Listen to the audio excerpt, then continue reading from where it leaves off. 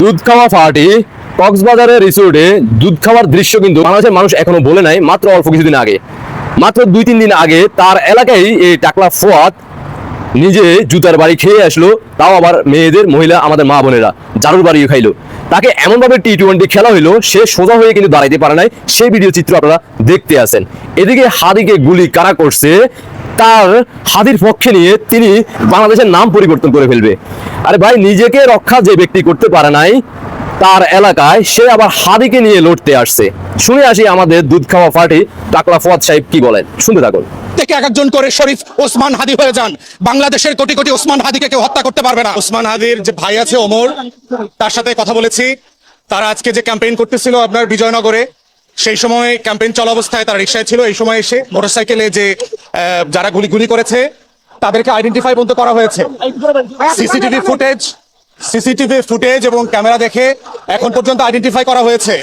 আমরা আইন শৃঙ্খলা বাহিনীকে বলছি, অবিলম্বে চারপাশের সকল সিসিটিভি ফুটেজ আপনারা কালেক্ট করেন। বাংলাদেশে স্বাধীনতার সার্বভৌমত্বের আজাদির মুখপাত্র হচ্ছে হাদি, গণ অভ্যুত্থানের ভয়েস হচ্ছে হাদি।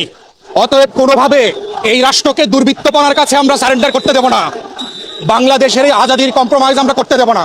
অন্তর্বর্তীকালীন সরকারকে বলছি, নির্বাচন কমিশনকে বলছি যে প্রশাসনের উপরে, আইন শৃঙ্খলা বাহিনীর উপরে যেই খুবই অল্প নিয়ন্ত্রণ এবং কর্তৃত্ব আপনাদের দেখতে পাচ্ছি, এই অবস্থায় কোনো ভালো নির্বাচন আপনারা করতে পারবেন না।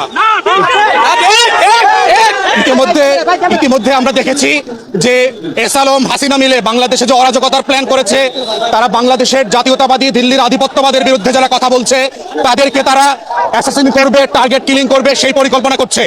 আমরা সরকারকে বলছি, আপনারা যৌথ বাহিনী ডিপ্লয় করে কম্বিং অপারেশন করেন।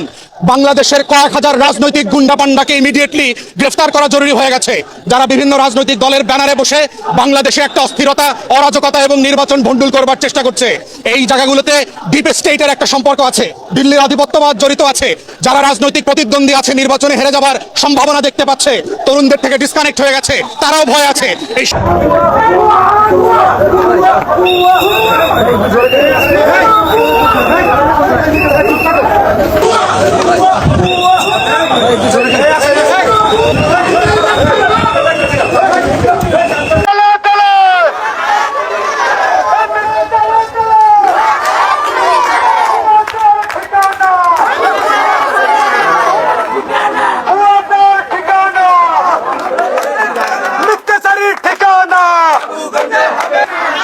সে না বলতে পারে, সেখান দিয়ে দৌড়েছে, পালানো হয়েছে।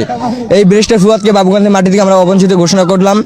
আমরা জানি সে যতদিনে ক্ষমা চাইবে, স্থানীয় জনগণের কাছে ক্ষমা না চাইবে, অতদিনে বাবুগঞ্জ মূল্য দিতে সে আসতে পারবে না। সাধারণ জনগণকে বলে গেছে তারা নাকি চাঁদাবাজ, তারা নাকি সন্ত্রাস।